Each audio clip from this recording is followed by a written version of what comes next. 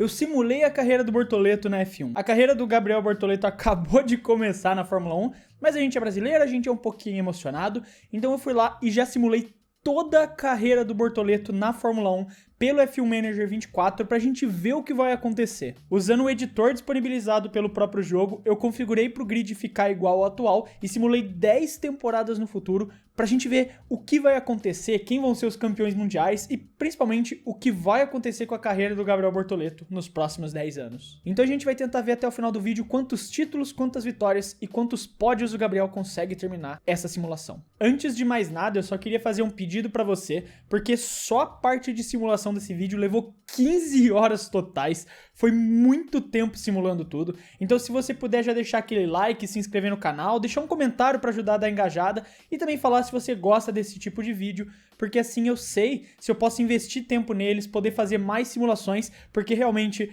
esse é provavelmente o vídeo que mais deu trabalho de fazer de toda a história aqui do clube, mas foi muito legal de fazer. Então eu também quero saber a opinião de vocês, se você gosta, se você não gosta, e não esquece de deixar o seu like, o seu comentário sobre o vídeo, porque realmente deu muito trabalho fazer isso aqui. Dito tudo isso, bora para a primeira temporada do Gabriel Bortoleto na F1.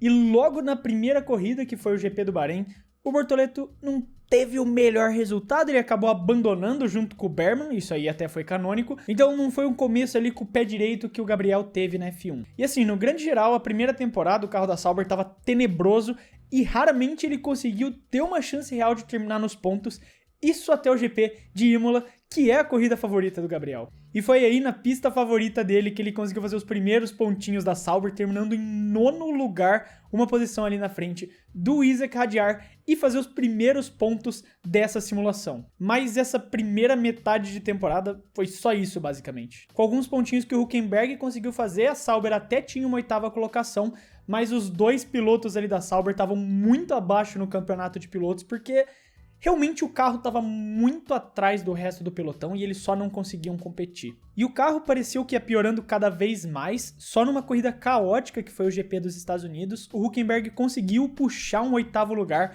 e fazer mais 4 pontos, só que de novo foi só isso que aconteceu com a Sauber na primeira temporada. E enquanto tudo isso acontecia, o Gabriel não ficou contente com a situação da Sauber e fechou um contrato com a Racing Bulls para 2025.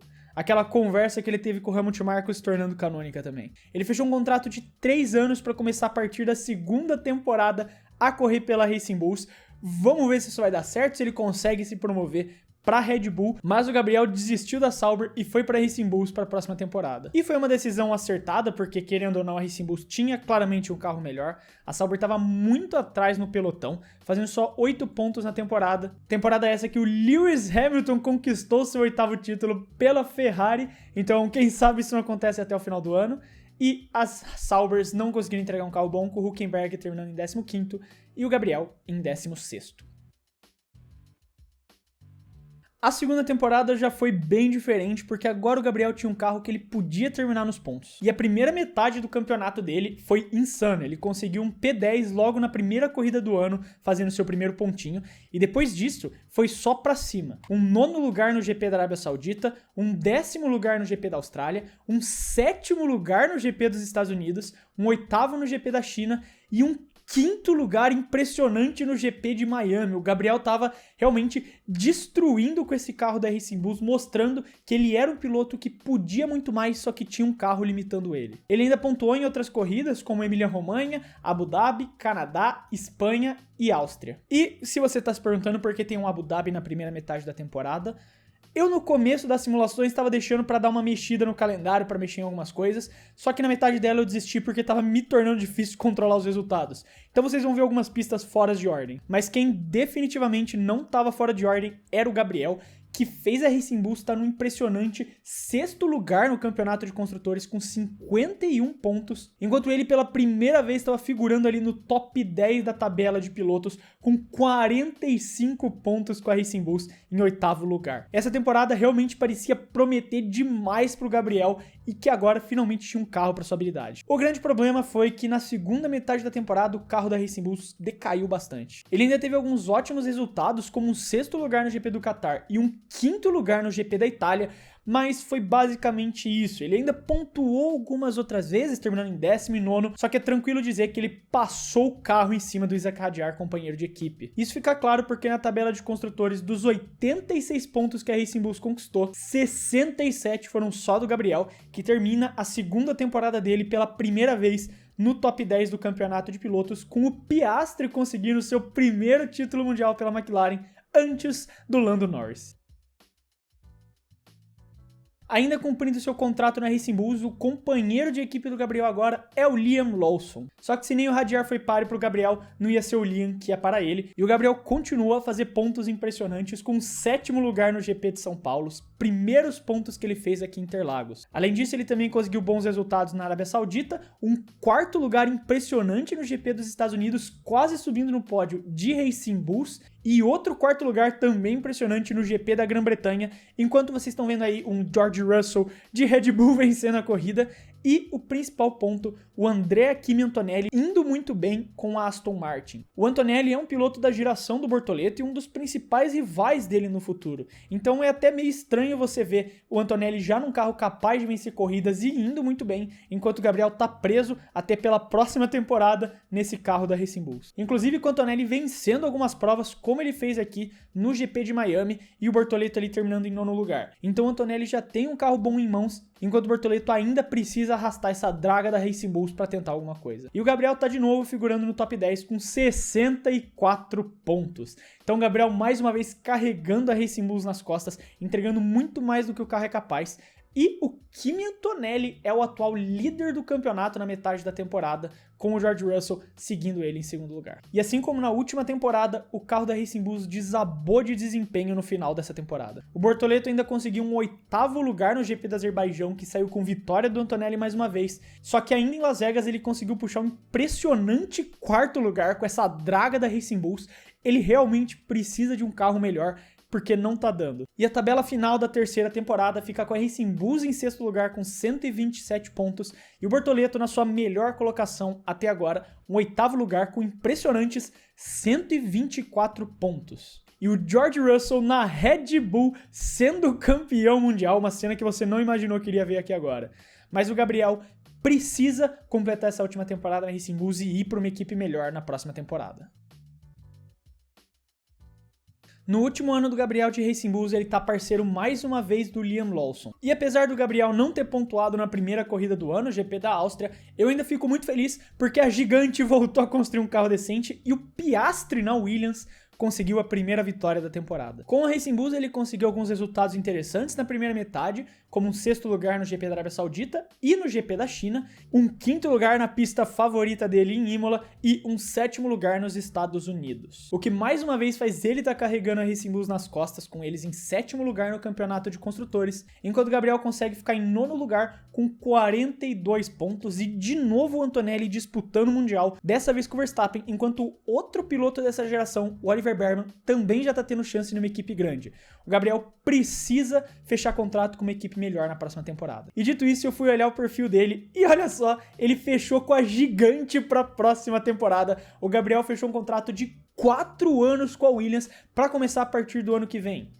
E a Williams parece que está realmente construindo um carro decente, o Piastri até venceu corridas, quem sabe é com a gigante que ele não consegue o seu primeiro título mundial. O final de temporada com a Racing Bulls foi melancólico mais uma vez, ele não conseguia pontuar na grande maioria das corridas, mas muitas vezes teve bons resultados, como aqui no GP do México e no GP da Hungria, mas ficou basicamente por isso, fazendo só 78 pontos, enquanto o Oliver Berman na McLaren foi campeão por 8 pontos em cima do Andrea Kimi Antonelli, numa temporada muito disputada entre Verstappen, Antonelli e Berman. O Bortoleto precisa estar nessa disputa e vamos ver se com a Williams ele consegue fazer isso.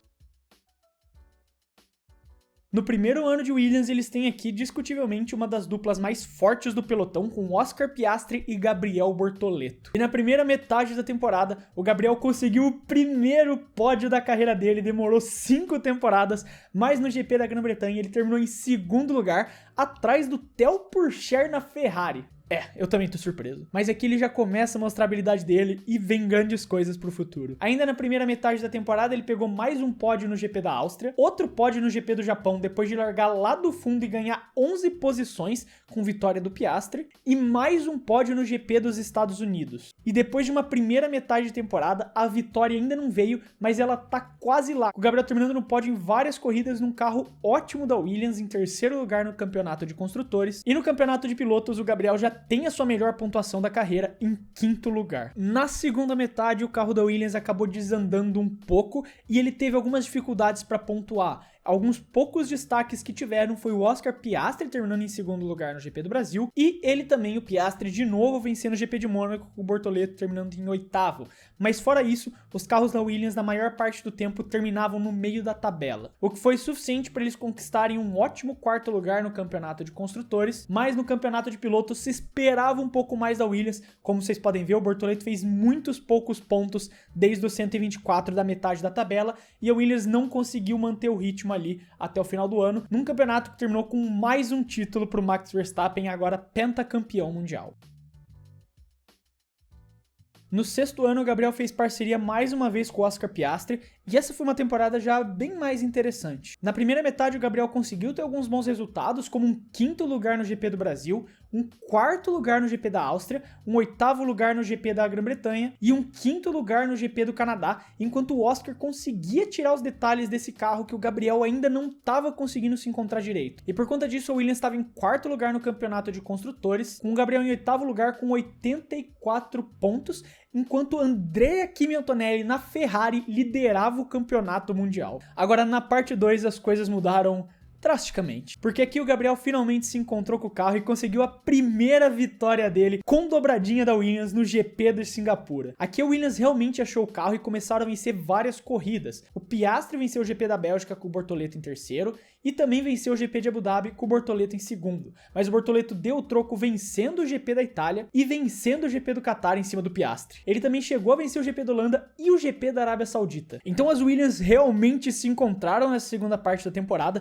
e venceram várias corridas, principalmente o Gabriel, que venceu a maioria delas. E por conta disso, a Williams conseguiu um título histórico de construtores, eu tô muito feliz, em cima da McLaren, passando eles na última corrida do ano, numa disputa muito intensa com a McLaren. Agora de pilotos, o Gabriel teve ótimas performances no final, vencendo mais corridas que o Piastri, mas não foi suficiente nem para alcançar o Piastri no campeonato de pilotos e nem para alcançar o Antonelli, que terminou o ano como campeão mundial pela Ferrari. Então, apesar do Antonelli ter conquistado o primeiro título antes do Bortoleto, agora o Bortoleto tem um carro capaz de disputar o Mundial e o principal adversário dele tá do outro lado da garagem. Mais uma vez fazendo parceria com o Piastri, foi um ano muito forte das Williams, com o Piastri vencendo o GP da Áustria, mas o Bortoleto dando troco e vencendo o GP do Japão. Então o Piastri foi lá, deu troco, vencendo o GP da Bélgica e vencendo o GP de Las Vegas. O Gabriel tentando se recuperar ali, venceu o GP da Grã-Bretanha e o GP do Azerbaijão. Só que nessa temporada disputada das Williams, o Oscar Piastri não ia deixar barato, foi lá e venceu também o GP do México. Mas aqui em casa, em território brasileiro, foi a vez do Gabriel dar o troco e vencer a corrida. E num campeonato disputado desses, eu não preciso nem dizer que a Williams estava liderando o campeonato de construtores, só que no de pilotos não estava tão disputado assim quanto parece. Porque apesar dessa troca de vitórias, quando o Bortoleto vencia, o Piastri ainda conseguia terminar em segundo e terceiro. Mas em algumas vitórias do Piastri, o Bortoleto tinha problemas no carro e por conta disso caía mais pro fundo do pelotão. Isso fez com que o Piastri abrisse uma boa vantagem no começo do ano. Vantagem essa que na segunda metade ficou maior quando ele venceu o GP da Holanda, com o Gabriel dando troco no GP de Miami, mas o Piastri indo lá e vencendo o Canadá também. O Gabriel conseguiu dar o troco no final do ano, vencendo 3 corridas seguidas, Mônaco, Itália e Qatar, mas ainda assim não foi suficiente para alcançar o Piastri no campeonato de pilotos, que terminou campeão com 86 pontos de vantagem, o Piastri conseguindo seu segundo título mundial numa temporada dominada pela Williams e o Bortoleto ficando em segundo lugar. Mais uma vez a dupla da Williams para a temporada foi Gabriel e Oscar Piastri. E o Piastri começou melhor o campeonato de novo, vencendo o GP da Áustria e vencendo o GP do Japão. Mas o Gabriel começou a dar o troco logo nas próximas corridas, vencendo o GP de Las Vegas com um quarto lugar do Piastri e vencendo também o GP da Espanha numa corrida que o Piastri nem conseguiu pontuar. Aproveitando dos deslizes, o Gabriel começou a empilhar vitória atrás de vitória com mais uma na Grã-Bretanha, só que a Red Bull começou a se aproximar da Williams e ameaçar essa dominância que a gigante estava tendo, com Franco Colapinto de Red Bull vencendo o GP dos Estados Unidos em uma corrida que as duas Williams largaram lá do fundo do pelotão, mas escalaram muito bem. No Azerbaijão, Gabriel levou mais uma, só que em São Paulo, no Brasil, o Franco Colapinto conseguiu vencer, largando da terceira fila, passou o Gabriel no Brasil para vencer a corrida. O que ainda não era suficiente para a Red Bull alcançar o Williams nos construtores e nem no campeonato de pilotos, mas o Franco Colapinto ficou perigosamente perto do Gabriel, que tá liderando o campeonato com 225 pontos, só que o Franco tá logo atrás com 211 pontos numa temporada que parece ser muito disputada entre um piloto brasileiro e um argentino. Na segunda metade, o Bortoleto mostrou dominância vencendo o GP do Bahrein e terminando em terceiro no GP de Miami e de Abu Dhabi com vitória do Franco Colapinto. Ele voltou a vencer na Hungria, no Canadá e em Mônaco para cimentar ali mais uma vez a dominância. E dessa vez, sem sombra de dúvidas, o Gabriel Bortoleto foi o melhor piloto do ano, conquistando 12 vitórias, 21 pódios e 454 pontos. Gabriel Bortoleto foi campeão mundial pela gigante. Eu não consigo nem acreditar que eu tô falando dessa frase de verdade. Demorou, mas o título veio. Agora o Gabriel é um piloto campeão mundial e tem no currículo 25 vitórias e 51 pódios. E a gente ainda tem mais 2 temporadas pra simular.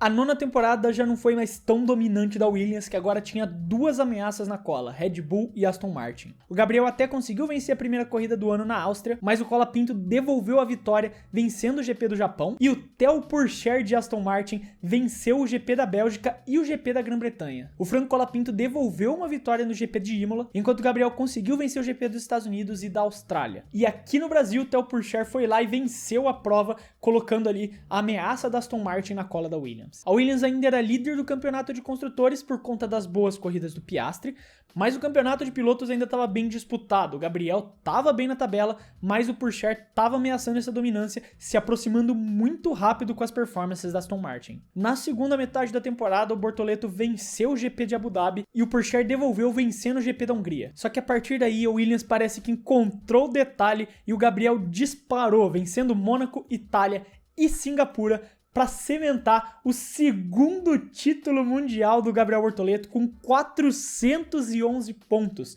12 vitórias na temporada e 15 pódios, indiscutível o melhor piloto do ano, quase 100 pontos na frente do Theo Pourchaire. O que leva a gente então para a última temporada dessa simulação. Será que o Bortoleto vai ser tricampeão mundial e entrar no mesmo panteão ali de Senna e Piquet? Um detalhe que eu acabei esquecendo de comentar, por conta do título que ele teve na última simulação, ele renovou com a Williams por mais 4 temporadas, então por isso que ele tá terminando na gigante, mesmo já dando os 4 anos dele por lá. No nosso último ano de simulação, o Gabriel ainda é piloto da gigante, parceiro do Oscar Piastri. E a temporada começa com essa ameaça da Aston Martin mais uma vez, com o Theo Pourchaire vencendo o GP da Áustria e o Bortoleto devolvendo uma vitória no Japão e em Las Vegas. Então o Pourchaire foi lá para vencer o GP da Espanha e o Colapinto venceu o GP da Emília-Romanha. O Bortoleto devolveu com uma vitória nos Estados Unidos, enquanto o Russell venceu o GP do Azerbaijão e o Bortoleto terminou em terceiro lugar. E antes do final da metade da temporada, o Pourchaire empilhou 2 vitórias, vencendo México e São Paulo em cima do Gabriel. Esse é um campeonato que mostraria ser bem mais disputado que os últimos, com a vitória da Williams sendo bem ameaçada pela Red Bull, e o campeonato de pilotos ali bem próximo entre o Pourchaire e o Bortoleto também, nessa disputa de título que está acontecendo. A segunda metade começou com uma vitória do Colapinto em Singapura e uma vitória do Pourchaire no Bahrein. Em Miami, o Bortoleto conseguiu escalar um 4º lugar, enquanto o Colapinto levou mais uma para casa, mas ele foi lá para vencer o GP de Abu Dhabi. E o campeonato continuou sendo muito tenso até o final, com o Bortoleto ainda vencendo o GP de Mônaco, mas o Russell levando a vitória no GP da Itália, enquanto o Bortoleto conseguiu se encontrar mais pro finalzinho do ano, vencendo o GP da Holanda em cima do Theo Pourchaire, importantíssimo para tentar sonhar com o campeonato de pilotos. E na última corrida da temporada, na Arábia Saudita, o Russell conseguiu mais uma vitória, com o Franco Colapinto terminando em segundo lugar e o Bortoleto conseguindo só um sexto lugar no campeonato. E com todas essas vitórias e disputas, a Red Bull na verdade conseguiu construir um carro melhor e eles foram campeões de construtores em cima da Williams, destronando a gigante depois de vários títulos consecutivos. E realmente traz uma ameaça, um alerta vermelho de que o Bortoleto talvez não conseguisse ter o melhor carro para ser campeão mundial. Só que o Bortoleto não precisa do melhor carro para ser campeão mundial. Ele foi tricampeão consecutivo em cima do George Russell e do Theo Pourchaire, vencendo 10 corridas e conquistando 19 pódios para se cimentar como um tricampeão mundial e um dos maiores pilotos da história da Fórmula 1. Terminando a carreira com impressionantes 3 títulos mundiais, 47 vitórias e 85 pódios, o que realmente coloca ele como um dos maiores pilotos da história da F1. Agora eu não vou mentir pra vocês, se isso realmente acontecer, se o Bortoleto for pra Williams e ele vencer 3 mundiais por lá, eu acho que eu não sobrevivo depois do primeiro mundial porque eu vou ter um infarto. Mas agora no nosso ranking fictício de simulações, o Gabriel Bortoleto tá em primeiro lugar porque ele foi a primeira simulação também. Mas todas as simulações que a gente for fazendo aqui no canal, eu vou ranqueando aqui para ver quem teve a melhor carreira simulada. E o Bortoleto já é um forte candidato para ficar em primeiro lugar desse ranking, porque 3 títulos, 47 vitórias e 85 pódios não é pra qualquer um. Agora a gente só torce pra que isso se torne verdade no futuro. Mas aí tá, essa foi a simulação da carreira do Bortoleto na Fórmula 1. Eu quero saber a sua opinião, não esquece de deixar ela aí nos comentários. Se você gosta desse tipo de vídeo, se você quer mais simulações, eu penso em fazer outras coisas, como recriar a carreira do Senna, recriar a carreira do Schumacher, ou de também pegar outros brasileiros, como o próprio Rafa Câmara, e ver o quão longe ele consegue chegar na F1. Se você gosta dessa ideia, deixa aí nos comentários. Se você gostou do vídeo e quiser ajudar o clube, você pode fazer isso se inscrevendo no canal, que ajuda muito a gente a poder continuar produzindo esses vídeos aqui. Eu quero deixar um abraço pra você que ficou até aqui e até o próximo vídeo.